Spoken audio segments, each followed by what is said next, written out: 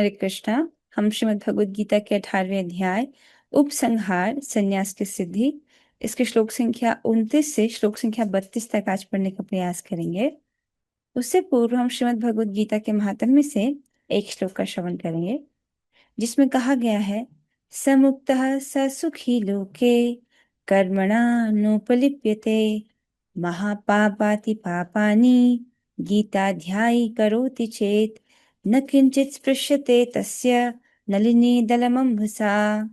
वह व्यक्ति मुक्त है, सुखी है, वह कदापि अपने कर्मों द्वारा बाधा नहीं जाता, और यदि संयोगवश श्रीमद् भगवद गीता का अध्ययन कर रहे व्यक्ति द्वारा कोई भयावह पाप हो भी जाए तो वह वैसे ही अप्रभावित रहता है, जैसे कि जलस्थ पद्मपत्र जल की एक बूंद से भी अछूता रहता है। आप समझ रहे हैं? जो व्यक्ति भक्ति पूर्वक श्रीमद् भगवद गीता का अध्ययन कर रहा है, ऐसा व्यक्ति मुक्त है, जीवन मुक्त है। यद्यपि अभी वो मनुष्य शरीर में दिख रहा है, लेकिन वो जीते जी मुक्त है, सुखी है, और अपने कर्मों के द्वारा बाधा नहीं जाता, अर्थात कर्म बंधन के पाश में नहीं आता है वो।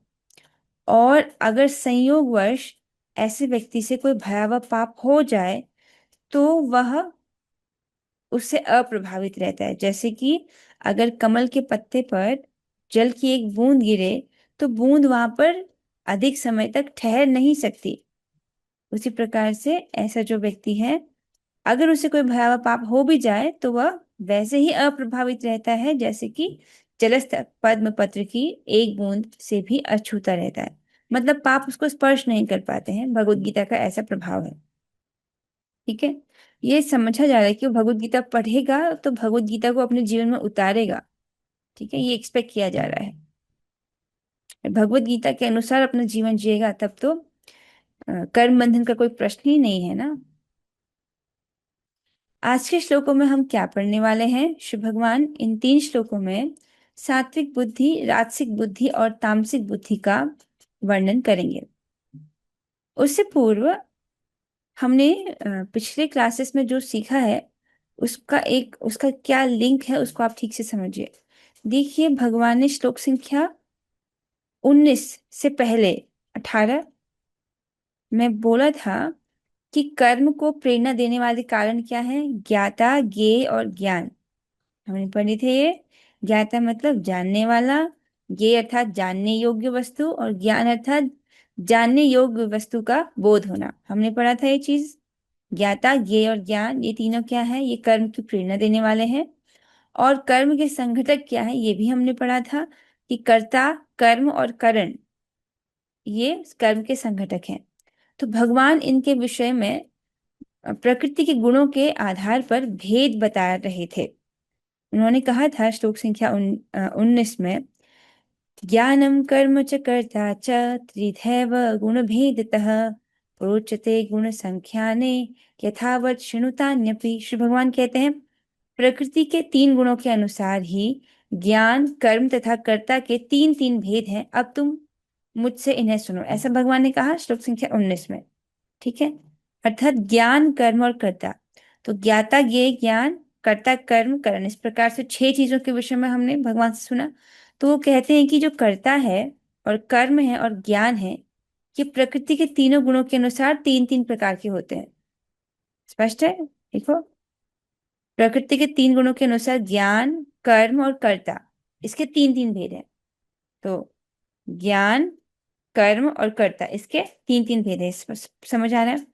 तो भगवान ने अब जो है इसका वर्णन करने के बाद सीधे बुद्धि का वर्णन क्यों कर रहे हैं? 3 प्रकार की बुद्धि। उन्होंने 3 प्रकार की ज्ञाता, 3 प्रकार की ज्ञेय और करण तो नहीं बोला। इसको कैसे समझना होगा वो समझाया जा रहा है। 3 प्रकार के कर्ता के विषय में भगवान ने बताया, सात्विक कर्ता, राजसिक कर्ता और तामसिक कर्ता। उससे आपको समझना पड़ेगा 3 प्रकार की ज्ञाता के बारे में भी। 3 प्रकार के कर्ता होते हैं तो 3 प्रकार की ज्ञाता होते हैं। कर्ता के अनुसार, करने वाला ही व्यक्ति तो जानने वाला है ना, कोई और व्यक्ति थोड़ी है। तो 3 प्रकार के कर्ता बता दिया, इससे एक्सपेक्ट किया जा रहा है कि 3 प्रकार की ज्ञाता को आप समझ गए हो। और 3 प्रकार के कर्म भगवान ने वर्णन किए, सात्विक कर्म, राजसिक कर्म और तामसिक कर्म। उससे आपको ये समझना है कि 3 प्रकार के ज्ञेय भी होते हैं, जानने योग्य वस्तु। ठीक है, तो ये भी कर्म के आधार पर होगा। और ज्ञान भी भगवान ने तीन प्रकार का बताया, सात्विक ज्ञान, राजसिक ज्ञान और तामसिक ज्ञान। ठीक है, अब पांच चीजें कवर हो गई हैं इस प्रकार से, बस करण बचता है। ठीक है, अब ये कहा जाए कि सात्विक इंद्रियां, राजसिक इंद्रियां, तामसिक इंद्रियां, तो ये उतना समझ नहीं आएगा। ठीक है, इसलिए भगवान बता रहे हैं तीन प्रकार की बुद्धि, सात्विक बुद्धि, राजसिक बुद्धि, तामसिक बुद्धि।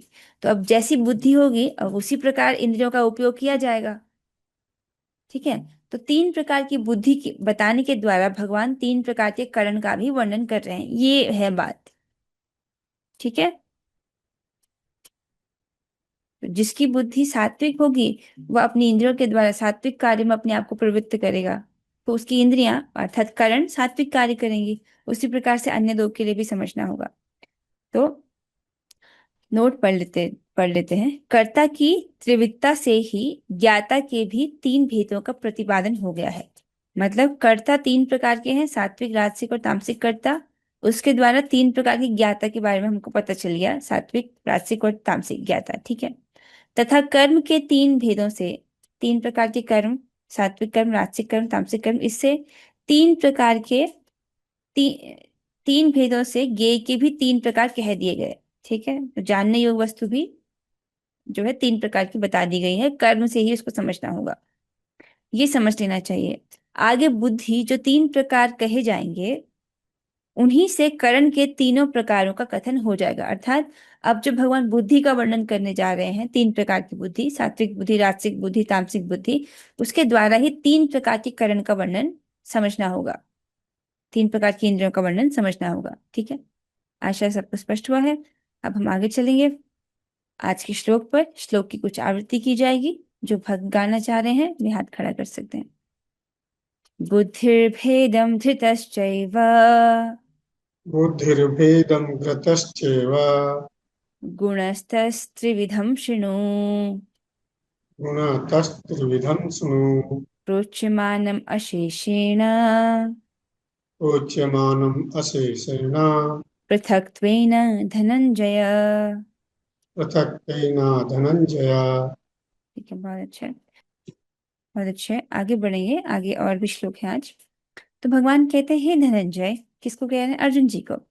हे धनंजय, अब मैं प्रकृति के तीनों गुणों के अनुसार तुम्हें विभिन्न प्रकार की बुद्धि तथा धृति के विषय में विस्तार से बताऊंगा, तुम इसे सुनो। ठीक है, तो तीन गुणों के आधार पर, सतोगुण, रजोगुण, तमोगुण के आधार पर भगवान तीन प्रकार की बुद्धि का वर्णन करेंगे और धृति का भी वर्णन करेंगे। धृति मतलब होता है धैर्य, संकल्प, या अपने पूर्व कर्मों के अनुसार व्यक्ति को जो जीवन में दुख आ रहे हैं उसको सहन करने की शक्ति, उसको भी धृति कहते हैं। तो इसके विषय में भगवान जो है आने वाले श्लोकों में बोलेंगे। अन्वय को देखेंगे। धनंजय, हे धनंजय, गुणतः, गुण के अनुसार, प्रकृति के गुणों के अनुसार, बुद्धे अर्थात बुद्धि, धृते च एव और धृति के, त्रिविधम भेदम तीन प्रकार के भेद को, पृथक्त्वेन पृथक पृथक अलग अलग, अशेषेण संपूर्ण रूप से, शेष मतलब होता है कुछ बच गया, अशेष मतलब कुछ भी नहीं बचा, तो पूरी पूरे पूरे तरीके से मैं तुमको बताऊंगा, संपूर्ण रूप से बताऊंगा। प्रोच्यमानम, जो कहा जा रहा है उसे सुनो अर्थात श्रवण करो। तो अर्जुन जी तो सुन ही रहे हैं ना भगवान की बात को, फिर भी भगवान कह रहे हैं मैं तुम्हें ये बताने जा रहा हूँ तो उसको सुनो। इससे कहने का मतलब अब ध्यान से सुनो, मैं तुमको महत्वपूर्ण बात बताने जा रहा हूँ। तात्पर्य की ओर चलेंगे। अनुवाद और तात्पर्य। कृष्ण कृपा मूर्ति श्री श्रीमद एसी भक्ति वेदांत स्वामी श्री प्रपाद द्वारा। प्रभुपाद जी स्पष्ट करते हैं, ज्ञान, ज्ञेय तथा ज्ञाता की व्याख्या प्रकृति के गुणों के अनुसार तीन तीन पृथक विभागों में करने के बाद अब भगवान कर्ता की बुद्धि तथा उसके संकल्प के विषय में उसी प्रकार से बता रहे हैं। वापस आएंगे इस पर। तो प्रभुपाद जी कह रहे हैं कि भगवान ने ज्ञान, ज्ञाता और ज्ञेय के विषय में तीन तीन प्रकार के भेदों से हमको बताया है, जबकि भगवान ने ज्ञान, कर्ता और कर्म के विषय में बताया था। तो प्रभुपाद जी एक्सपेक्ट कर रहे हैं कि आप समझ गए होंगे कि तीन प्रकार के कर्ता का वर्णन कर दिया गया है, तो तीन प्रकार के ज्ञाता का वर्णन भी हो गया है। तीन प्रकार के कर्म का वर्णन कर दिया है तो तीन प्रकार के ज्ञेय का वर्णन भी हो गया है, और तीन प्रकार के ज्ञान का वर्णन भगवान ने कर लिया। तो ऐसा करने के बाद अब भगवान जो है तीन प्रकार की बुद्धि और 3 प्रकार की धृति का वर्णन जो है वो करने जा रहे हैं। धृति अर्थात उसका संकल्प, ऐसे कर्ता का जो संकल्प है, ऐसा धैर्य है, उसके विषय में भगवान बताएंगे। आगे चलेंगे, हम श्लोक की आवृत्ति करेंगे। कौन भक्त गाना चाहेंगे? बबीता माता जी। प्रवृत्तिं च निवृत्तिं च प्रवृत्तिं च निवृत्तिं च कार्याकार्ये भयाभये कार्यकार्ये भयावहे बन्धं मोक्षं च या वेत्ति बन्धं मोक्षं च या वेत्ति बुद्धि सा पार्थ सात्विकी। बुद्धि सा पार्थ सात्विकी। बहुत अच्छा। अनीता माता जी। प्रवृत्तिं च निवृत्तिं च प्रवृत्तिं च निवृत्तिं च कार्याकार्ये भयाभये कार्यकार्ये भयाभये बन्धं मोक्षं च या वेत्ति बन्धं मोक्षं च या वेत्ति बुद्धि सा पार्थ सात्विकी। बुद्धि सा पार्थ सात्विकी। बहुत अच्छा। मोहिनी प्रिया माता जी। प्रवृत्तिं च निवृत्तिं च प्रवृत्तिं च निवृत्तिं च कार्याकार्ये भयाभये कार्याकार्ये भयाभये बन्धं मोक्षं च या वेत्ति बन्धं मोक्षं च या वेत्ति बुद्धि सा पार्थ सात्विकी। बुद्धिः सा पार्थ सात्विकी। बहुत अच्छे, आगे चलेंगे अपन। तो श्री भगवान कहते हैं, हे पृथा पुत्र। पृथा किनका नाम है? महारानी कुंती जी का। तो कुंती जी का एक नाम है पृथा। तो पृथा पुत्र कौन है? अर्जुन जी। ठीक है, इसीलिए अर्जुन जी का एक नाम पार्थ भी है। तो हे पृथा पुत्र, वह बुद्धि सतोगुणी है जिसके द्वारा मनुष्य यह जानता है कि क्या करनी है और क्या नहीं है, क्या करनी नहीं है, किससे डरना चाहिए और किससे नहीं, क्या बांधने वाला है और क्या मुक्ति देने वाला है। कितना सुंदर वर्णन भगवान कर रहे हैं। सतोगुणी बुद्धि का वर्णन करते हुए भगवान बताते हैं, जिस बुद्धि के द्वारा व्यक्ति समझता है कि क्या करने योग्य है और क्या नहीं करने योग्य है। ठीक है, व्यक्ति समझ रहा है कि मैं इस भवसागर में फंसा हुआ हूँ, कौन से ऐसे कर्म है जो मुझे करने चाहिए यहाँ से बाहर निकलने के लिए, और कौन से ऐसे कर्म है जो मुझे यहीं फंसाए रख सकते हैं। जो बुद्धि इस प्रकार से बताए वो सतोगुणी बुद्धि है। किससे डरना चाहिए और किससे नहीं, और क्या बांधने वाला है और क्या मुक्ति देने वाला है। तो बांधने वाला था, ऐसे कौन से कर्म है जो व्यक्ति को कर्म बंधन में बांध दे, और ऐसा क्या करें जिससे व्यक्ति को कर्म बंधन से छुटकारा मिल जाए, कर्म बंधन से मुक्ति मिल जाए। तो ऐसी चीजें, ऐसा जो बुद्धि है, सतोगुणी बुद्धि है, जो हमको इस प्रकार से सही सही ज्ञान प्रदान करती है। ऐसी बुद्धि आती कैसे है? शास्त्र श्रवण करके। ठीक है, शास्त्र श्रवण करके आप जानते हो कि हम ये शरीर नहीं है, हम आत्मा है और हम शाश्वत हैं। और शाश्वत आत्मा को जब तक कुछ अनंत सुख नहीं मिल जाए तब तक वो सुखी नहीं हो सकता है। और ऐसा अनंत सुख तो कब मिलता है?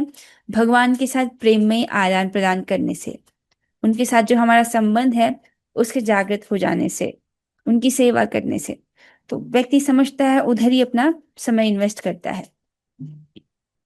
तो शास्त्र पढ़ते हैं तो इस प्रकार से बुद्धि फिक्स रहती है।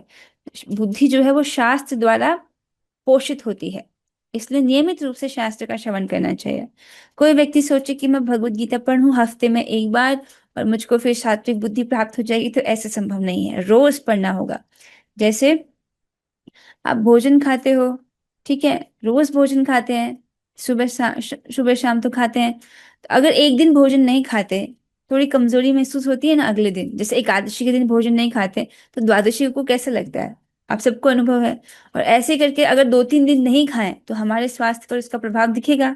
ठीक है, उसी प्रकार से जो शास्त्र चाहिए भी बुद्धि के लिए भोजन है, छोड़ना नहीं है एक भी दिन। ठीक है, यदि कभी किसी दिन क्लास की छुट्टी हो, तब उस दिन ऐसा नहीं कि छुट्टी है तो अब हम कुछ भी कथा नहीं सुनेंगे। उस दिन भी आपको जो है कुछ कथा श्रवण करना, यूट्यूब पर तो सब कुछ है, कथाएं उपलब्ध हैं। उस दिन भी जो है आपको हरि कथा का संपर्क करना है। अन्वय को देखेंगे। पार्थ, हे पार्थ, या बुद्धि, जो बुद्धि, प्रवृत्तिम च निवृत्तिम च, प्रवृत्ति और निवृत्ति, प्रवृत्ति मतलब किसमें, कौन से कार्य में स्वयं को नियोजित कर रहा है। निवृत्ति मतलब कौन से कार्य से खुद को वो रोक रहा है, पीछे हट रहा है। कार्य तो आप समझो, जैसे ही हमको पता है कि इस कार्य का संबंध भगवान से है, उसको करने में व्यक्ति प्रवृत्त हो जाता है। जैसे ही समझते हैं कि ये वाला कार्य बंधन करने वाला है, उसको नहीं करता है। जैसे आपकी थाली में भोजन है, आपको पता है कि प्रसाद है, तो तुरंत प्रवृत्त हो जाओ, तुरंत खा लो। लेकिन अगर वो भोजन प्रसाद नहीं हो तो निवृत्त है, तो रुक जाओ, नहीं खाना, फिर वो बंधन लगने वाला कार्य है। ठीक है। कार्य अर्थात कार्य और अकार्य, क्या करने योग्य है और क्या नहीं करने योग्य है, ये कौन बताता है हमको? शास्त्र। तो ऐसी बुद्धि हमको पता है कि क्या करने योग्य है, क्या नहीं करने योग्य है, उसको शास्त्र के द्वारा जान रहा है। ठीक है। जैसे ठीक है, आगे हम राजसिक ज्ञान में भी वर्णन करेंगे। आगे चलेंगे। भया भय अर्थात भय और अभय, बंध मोक्ष तथा बंधन और मोक्ष वेती जान सकती है, सा वह सात्विकी बुद्धि है। ठीक है। और जिस बुद्धि के द्वारा ये पता चलता है कि कौन से कार्य से मुझे बंधन लग रहा है और कौन से कार्य से मुझे मुक्ति प्राप्त होगी, ऐसी बुद्धि इस प्रकार से भेद कर पा रहे हैं, ऐसी बुद्धि को कहते हैं सात्विकी बुद्धि। ठीक है। प्रभुपाद जी का तात्पर्य पढ़ेंगे। वो बताते हैं कि शास्त्रों के निर्देशानुसार कर्म करने को या उन कर्मों को करना जिन्हें किया जाना चाहिए प्रवृत्ति कहते हैं। प्रवृत्ति समझ आ रहा है? उन कार्यों में प्रवृत्त होना, अपने आप को उन कार्यों में लगाना। जैसे अभी अभी अभी आपने भगवत गीता को श्रवण करने के कार्य में स्वयं को प्रवृत्त किया हुआ है, अपने आप को लगाया हुआ है। तो शास्त्र के निर्देशानुसार, शास्त्र हमको जो कर्म करने के लिए कहता है हमारे शुद्धिकरण के लिए, उन कर्मों को करना, इसको प्रवृत्ति कहेंगे।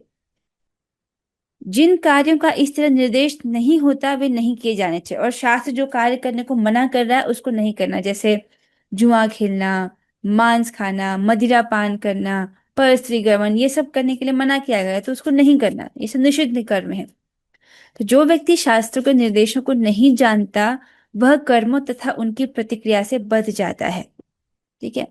तो इसके लिए जो व्यक्ति शास्त्र के अनुसार नहीं चल रहा था, जिसको पता ही नहीं है कि क्या करने योग्य क्या नहीं करने योग्य है, वो कर्म करेगा और उसके द्वारा इस जगत में बंधता जाएगा। जैसे एक व्यक्ति दलदल में फंस गया है, अब वो जितना वहां से बाहर निकलने की कोशिश करे वो और धंसता जाता है।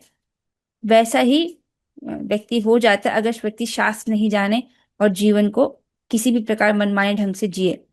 इसीलिए बहुत इंपॉर्टेंट है कि व्यक्ति कम से कम एक शास्त्र भगवत गीता को अपने जीवन में जाने, ताकि उसको पता चले कि जीवन जीना कैसे है। वरना पूरा जीवन निकल जाएगा और जीवन के अंत में उसको समझ आएगा कि मेरा पूरा जीवन मैंने बर्बाद कर दिया। ठीक है। इसलिए कम सारे ग्रंथों में से एक भगवत गीता को अच्छे से पढ़ना चाहिए व्यक्ति को। जो बुद्धि अच्छे बुरे का भेद बताती है वह सात्विकी है। ठीक है। तो शास्त्र के आधार पर व्यक्ति अच्छा और बुरा जो है उसका निर्णय लेता है। इसलिए शास्त्र सुनना है, शास्त्र ही हमको बताता है क्या करने योग्य है क्या करने योग्य नहीं है। समझ आ रहा है आपको सात्विक बुद्धि कैसे प्राप्त होती है? दो फैक्टर है, नियमित रूप से शास्त्र का श्रवण करना, और दूसरा है आहार शुद्धि, सत्व शुद्धि। आहार शुद्धि, उससे सत्व की शुद्धि होती है। अगर हम गीता सुन रहे हैं लेकिन हमारा आहार शुद्ध नहीं है तो भी ज्ञान नहीं टिकेगा।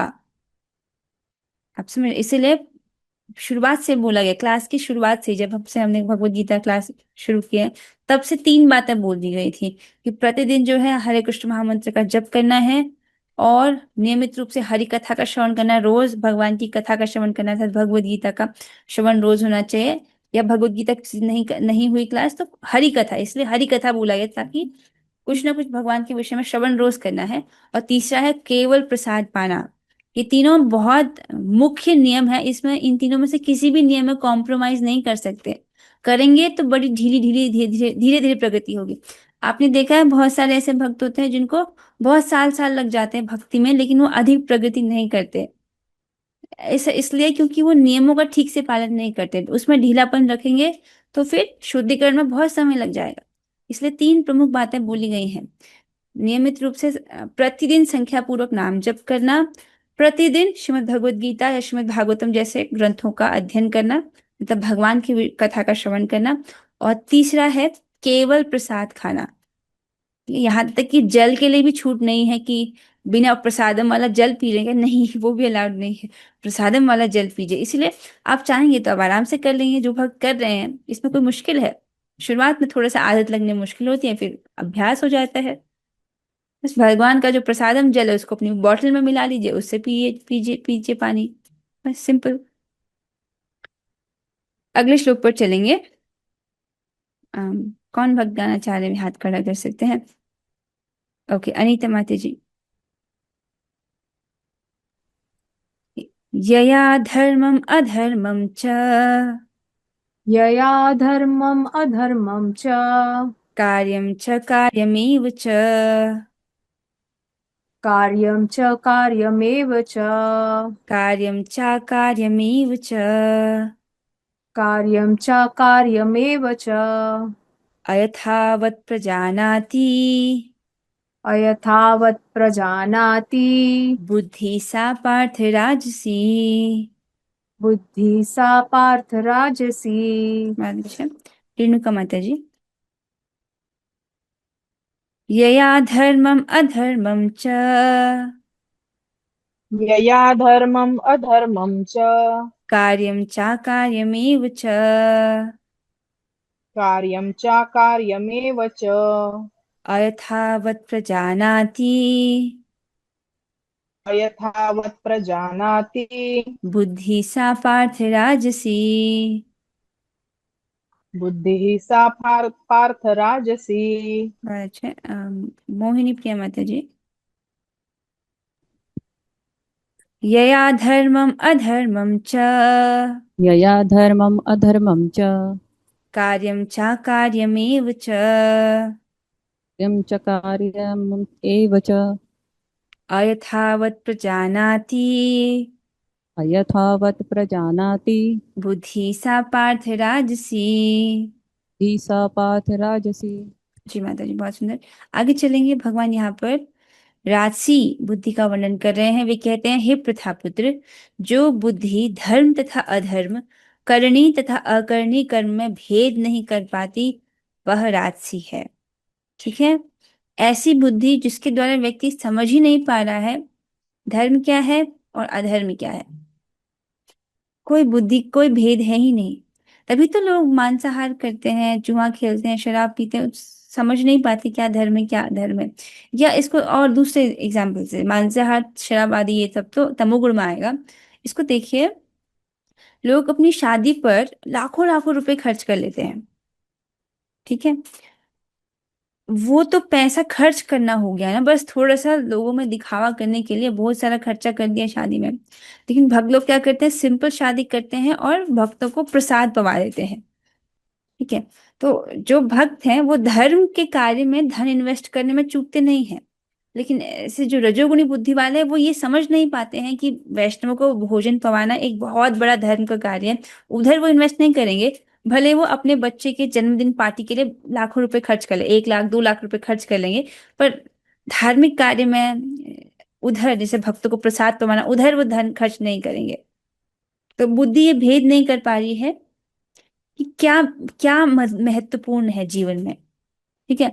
और आलसी बुद्धि का क्या उदाहरण है, जैसे लोग जो है आजकल धन को या यश को बहुत ज्यादा प्रायोरिटी देते हैं कि इस जगत में मेरे पास खूब धन हो, लोगों में मेरा नाम हो, इस प्रकार से, और उसके लिए बहुत प्रयास करते हैं। करते कि नहीं करते, ये भी राजसिक बुद्धि का ही लक्षण है। जबकि भक्त को इन सबसे कुछ अधिक फर्क नहीं पड़ता है, जितना आवश्यक है उतना स्वीकार कर लेते हैं। तो ऐसी जो बुद्धि है वो धर्म और अधर्म में भेद नहीं कर पाती है, क्या करना चाहिए क्या नहीं करना चाहिए उसमें भी भेद नहीं कर पाती है। तो ऐसी बुद्धि जो है वो राजसी है। या आप देख लीजिए, रजोगुण से जो बहुत ज्यादा प्रभावित रहते हैं, कपड़े भी बहुत तड़क भड़क होते हैं रोज, मतलब तड़क भड़क वाले कपड़े भी रजोगुण का ही लक्षण है। मतलब सिंपल सिंपल वस्त्र पहनते हैं। बहुत ज्यादा अपने देह को सजाने की क्या जरूरत है, जब व्यक्ति जानता है कि मैं शरीर नहीं हूँ। आचार्य कहते हैं कि शरीर बस स्वच्छ रहे ताकि हम इससे भगवान की सेवा कर सकें। अधिक इसको सजाने में अपना समय बर्बाद करने की जरूरत नहीं है। जैसे आपके पास स्कूटी या कोई वाहन होगा, तो स्कूटी आदि का आप कितना मेकअप करते हो, तो जरूरत है, आपको पता है ना, आप स्कूटी नहीं हो, ये गाड़ी आप नहीं हो, तो जितना आवश्यक है उसको उतना क्लीन रखते हैं बस। तो रजोगुण दिखाता है। अगर हम बहुत ज्यादा देह के पीछे, कपड़ों के पीछे या इस जगत में धन वैभव के पीछे पड़े, तो ये राजसी बुद्धि का ही लक्षण है। आगे चलेंगे। पार्थ, हे पार्थ, यया जिसके द्वारा धर्मम अधर्मम च, धर्म और अधर्म को, कार्यम अकार्यमेव च, तथा कार्य और अकार्य को, मतलब क्या करना चाहिए क्या नहीं करना चाहिए, अयथावत यथार्थ नहीं, प्रजानाति जाना जा सकता, सा बुद्धि वह बुद्धि राजसी है। जिस बुद्धि के द्वारा व्यक्ति समझ नहीं पा रहा कि क्या करना चाहिए क्या नहीं करना चाहिए, क्या धर्म है क्या अधर्म है, ऐसी बुद्धि को राजसी कहा गया है। जैसे कुछ लोग जो है शादी पर एक एक दो दो लाख का लहंगा पहन लेंगे, एक दिन के लिए कोई इतना धन खर्च कर ले, तो ये कहाँ की बुद्धिमानी है? आप समझ रहे हैं? तो भक्त लोग ऐसी मूर्खता नहीं करते हैं, सिंपल सिंपल रखते हैं चीजों को। इससे अच्छा तो है कि धन को बचाया जाए और वैष्णव की सेवा में लगा दिया जाए उसको, तो उससे उसको बहुत अधिक सुकृति प्राप्त होती है। या जो लोग बहुत ज्यादा आसक्त होते हैं, अपने रिश्ते, अपने बच्चे, अपने पत्नी को बड़े बड़े महंगे महंगे उपहार देंगे, उधर तो वो धन खर्च करेंगे लेकिन अपने कल्याण के लिए वहां खर्च नहीं करेंगे, तो ये भी व्यक्ति समझ नहीं पा रहा कि क्या करने योग्य है क्या क्या नहीं करने योग्य है। ठीक है। या घूमने की इच्छा होना, पूरा दुनिया भर में घूमना, ये सब भी रजोगुण का लक्षण है। मनुष्य जीवन इसलिए नहीं है कि हम पूरा पृथ्वी को घूमें, क्योंकि 84 लाख योनियों में हम अपने आप घूम चुके हैं पहले ही ना। मनुष्य जीवन इसलिए है ताकि एक एक क्षण का उपयोग हम करें भक्ति करने के लिए। हाँ, अलग बात है कि अगर आप वृंदावन जाना चाहते हो, भगवान के धाम की यात्रा करना चाहते हो, वो तो अलाउड है, वो तो भक्ति का अंग है। लेकिन फिर भी कुछ लोग भक्त होते हैं लेकिन इच्छा होती है कि हम पूरा स्विट्जरलैंड जाएं, इधर उधर जाएं, तो ये सब क्या है? रजोगुण है। ठीक है। या कभी कभी ऐसा लगता है कि हाँ बहुत भजन कर लिया, अब कुछ जो है मैं अपने आप के लिए भी कुछ करूंगा। हो सकता है किसी के मन में ख्याल है कि अच्छा सुबह से लगे हैं भक्ति में, अब कुछ मैं अपने लिए भी करूंगा। अपने लिए मतलब ये सारा भक्ति कार्य अपने लिए ही तो हो रहा है, आत्मा के लिए। अपने लिए करूंगा अर्थात व्यक्ति सोच रहा है मैं अपने मन के लिए करूंगा कुछ, ये भी रजोगुण का लक्षण है। ठीक है। अच्छा, तो अब हम अगले श्लोक पर चलेंगे। हाँ, इस श्लोक की कुछ आवृत्ति करेंगे। कौन भक्त गाना चाहेंगे? ओके, महाकवि चैतन्यदास प्रभु जी। अधर्मम धर्ममिति या अधर्मं धर्ममिति या मन्यते तमसा वृता, मन्यते तमसावृता, सर्वार्थान् विपरीतांश्च सर्वथान् विपरीताश्च, बुद्धि सा पार्थ तामसी। बुद्धि सा पार्थ तामसी। अच्छा, रेणुका माता जी। अधर्मम धर्ममिति या अधर्मं धर्मम् इति या मन्यते तमसा वृता, मन्यते तमसावृता, सर्वार्थान् विपरीतांश्च सर्वार्थान् विपरीतांश्च, बुद्धि सा पार्थ तामसी। बुद्धिः सा पार्थ तामसी। जी माता जी, बहुत सुंदर। संतोष प्रभु जी। जी माता जी। अधर्मम धर्ममिति या अधर्मं धर्मम् इति या मन्यते तमसा वृता, मन्यते तमसावृता, सर्वार्थान् विपरीतांश्च सर्वार्थान् विपरीतांता विपरीतांश्च, सर्वार्थान् विपरीतांश्च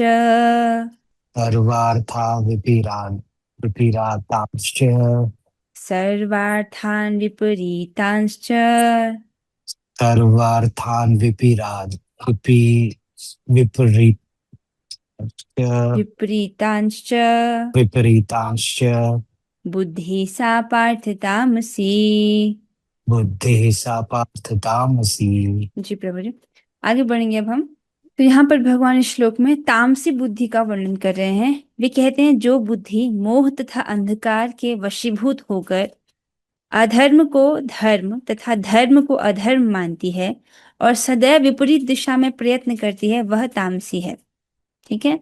ऐसी बुद्धि जो मोह तथा अंधकार के वशीभूत होकर, अर्थात जो अज्ञान के वशीभूत होकर धर्म को अधर्म समझती है और अधर्म को धर्म समझती है। समझ रहे हैं कितनी खतरनाक है ना। उसको उनको कहो जप करना है तो वो उसको एकदम उल्टा समझेंगे। वो बोलो प्रसाद खाना है तो उसको उल्टा समझेंगे। कथा सुननी है उसको भी उल्टा समझेंगे। तो धर्म को जो अधर्म माने, अधर्म को जो धर्म माने, ऐसी जो बुद्धि है वह तामसी बुद्धि है। तो दुनिया में सब प्रकार के लोग हैं ना, सात्विक बुद्धि वाले, राजसिक बुद्धि वाले, तामसिक बुद्धि वाले। तो मान लो आप किसी को कुछ समझाने का प्रयास कर रहे हो, कोई भगवान की बात समझाने का प्रयास कर रहे हो, आपके समझाने के बाद भी वो नहीं समझ रहा, तो आप समझिए कि उसकी बुद्धि जो है गुणों से प्रभावित है। हो सकता है राजसी बुद्धि हो, तामसी बुद्धि हो, तो समझ नहीं पाता। जैसे मान लीजिए राजसी बुद्धि में भी व्यक्ति जो है धर्म और अधर्म में भेद नहीं कर पाता है। क्या करने योग्य क्या नहीं करने, वो बुद्धि समझ नहीं पाती है। तो आप परेशान मत होइए क्योंकि वो व्यक्ति गुणों से प्रभावित है। ठीक है, इसीलिए बोला जाता है कि कथा गीता के साथ साथ जो है जप भी कीजिए, प्रसाद भी खाइए, ताकि सत्व शुद्ध हो, चित्त शुद्ध हो, तो जो बातें हैं वो समझ आए। हम्म तो अन्वय को देखेंगे। पार्थ, हे पार्थ, यह बुद्धि, जो बुद्धि अधर्म, अधर्म को धर्म इति, अधर्मम धर्मम इति, अधर्म को जो धर्म कहे, और सर्वार्थांश, और सभी विषयों को विपरीतानि, उसके विपरीत कहकर, जो यथार्थ बात है उसका उल्टा उसको बोल करके मन्यते मानती है। जो सही है, जिसको करना चाहिए, उसको वो ऐसा समझते कि ये तो बिल्कुल नहीं किया जाना चाहिए। सा, वह बुद्धि तमसावृता, तमोगुण से आच्छन्न, तामसी कहलाती है। आप स्वयं देखिए, आपके कुछ रिश्तेदार ऐसे होंगे जिनको आपकी भक्ति करना बिल्कुल समझ नहीं आता होगा। सोचते होंगे ये क्या है, ये क्या पागलपंती है, ये तो एकदम पागल हो गए। ये उनका दिखाता है कि उनकी बुद्धि तामसी राजसी है। ठीक है, तो उससे हमको विचलित नहीं होना है। हमको भगवान की बात सुननी चाहिए, ना कि अपने पड़ोसियों की या रिश्तेदारों की, जो लोग इस भवसागर में फंसे रहने वाले हैं, अश्वत्थ वृक्ष में ही रहने का जिनकी योजना है, उनकी बात को सुन के हमको विचलित नहीं होना चाहिए। भगवान जो बोल रहे हैं, श्री प्रभुपाद जी जो बोल रहे हैं, उसको सुनकर अपने मन को फिक्स करना चाहिए। तामसिक बुद्धि को जिस दिशा में काम करना चाहिए उससे सदैव उल्टी दिशा में काम करती है। ठीक है, तामसी बुद्धि जिसकी है वो सही दिशा में नहीं जाके उल्टी दिशा में जाता है। यह उन धर्मों को स्वीकारती है जो वास्तव में धर्म नहीं है, और वास्तविक धर्म को ठुकराती है। अज्ञानी मनुष्य महात्मा को सामान्य व्यक्ति मानते हैं, और सामान्य व्यक्ति को महात्मा स्वीकार करते हैं। हाँ, ये तो इस जगत में देखा गया है। जो सामान्य मनुष्य होगा उसको लोग मानेंगे भगवान है, और यहाँ पर गीता में ये घोषित किया जा रहा है कि कृष्ण भगवान है, उनको सामान्य मनुष्य मानेंगे। तो ये दिखाता है कि वो बड़े बहुत ज्यादा अज्ञानी हैं। वे सत्य को असत्य तथा असत्य को सत्य मानते हैं। जैसे भगवत गीता की बात क्या है, सत्य है, एक एक श्लोक, एक एक बात सत्य है, इसको नहीं मानेंगे। ठीक है, लेकिन इस भौतिक जगत में जो भौतिकतावादी लोग हैं, उनकी बातों को सत्य मान करके उस हिसाब से अपना जीवन जिएंगे। तो जो सत्य है उसको असत्य मानने वाले, और असत्य को सत्य मानने वाले, वे सारे कामों में कुपथ ग्रहण करते हैं, अर्थात सारे कार्यों में जो गलत रास्ता है उसको ग्रहण करते हैं। अतः उनकी बुद्धि तामसी होती है। ठीक है, तो अब यहाँ पर इस प्रकार से भगवान ने 3 प्रकार की बुद्धि का वर्णन किया है। व्यक्ति की बुद्धि कैसी भी हो, तामसी हो, राजसी हो, सात्विकी हो, जैसे जैसे वो भक्ति करता है उसके चित्त का शुद्धिकरण होता है, और वो फिर भगवान की बात को समझ पाता है। ऑल इन ऑल करना क्या है, भगवान की भक्ति में लगना, अपना आहार शुद्ध करना है, नियमित रूप से जप करना है, नियमित रूप से शास्त्र का श्रवण करना है। इससे हमारी बुद्धि जो है वो शुद्ध होती है। आप स्वयं देख लीजिए, जब आप भक्ति में नहीं आए थे तब आप जीवन को लेकर किस प्रकार सोचते थे, तब आपके लिए सफलता क्या थी, और आज के दिन जब आप भक्ति करो अब आपके लिए सफलता क्या है। ठीक है, और प्रभुपाद जी कहते हैं सिंपल लिविंग हाई थिंकिंग, सादा जीवन उच्च विचार। जो जो भक्त है वो तड़क भड़क बहुत बड़ा इस जगत में ऐश्वर्य हो जाए, बड़ी गाड़ी, बड़ा बंगला, लोगों में हमारा नाम हो जाए, ये सब की स्पृहा भक्त नहीं रखता। वो जानता है कि ये सब तो माया है, इसमें वो नहीं पड़ता है। उतना स्वीकार कर ले भौतिक वस्तुओं को जिससे उसकी भक्ति हो जाए। अपना बाकी सारा समय वो बुद्धिमत्ता पूर्वक कृष्ण भावनामृत वाले कार्य को करने में लगाता है, ताकि उसकी तीव्रता से प्रगति हो। कुछ ही समय तो हम हैं इस शरीर में, कब छूट जाए कौन जानता है। लेकिन कितना बड़ा अवसर है, आप इस जन्म में अच्छे से भक्ति कर लो, भगवान के पार्षद बन जाएंगे। तो अनंत अनंत अनंत वर्षों के लिए भगवान के साथ रहना, वो भी दिव्य देह में, ऐसा बदबूदार शरीर नहीं, जो मलमूत्र का ढेर हो, हड्डी मांस खून वाला शरीर नहीं जिसमें कष्ट होता हो, एक दिव्य देह। और ऐसा बहुत दूर नहीं है, क्योंकि मृत्यु तो आने ही वाली है। मृत्यु होगी तो उसके बाद जो है, मृत्यु के समय व्यक्ति का स्वभाव परिवर्तन हो जाता है। अगर वो अंत समय में भगवान का स्मरण कर पाया, तो उनके नाम का स्मरण कर पाया, तो कितना बड़ा अवसर है, उसको व्यक्ति गवाता नहीं है। ठीक है, इसके साथ हम जो है आज हो रही चर्चा को यहाँ पर विश्राम देंगे। हरे कृष्णा कृष्ण कृष्ण हरे हरे, हरे राम राम राम हरे हरे, हरे कृष्णा कृष्ण कृष्ण हरे हरे, हरे राम राम राम हरे हरे, हरे कृष्णा कृष्ण कृष्ण हरे हरे, हरे राम राम राम हरे हरे। श्रीमद् भगवद गीता की जय, जय गुरु श्री प्रभुपाद की जय, नमाचार्य श्री हरिदास ठाकुर की जय, श्री राम वृंदावन की जय, और गोष्ठ श्री गौरंगा। जय जय श्री राधे निताय गौर प्रेमानंदे। हरि हरि बोल। हरे कृष्णा।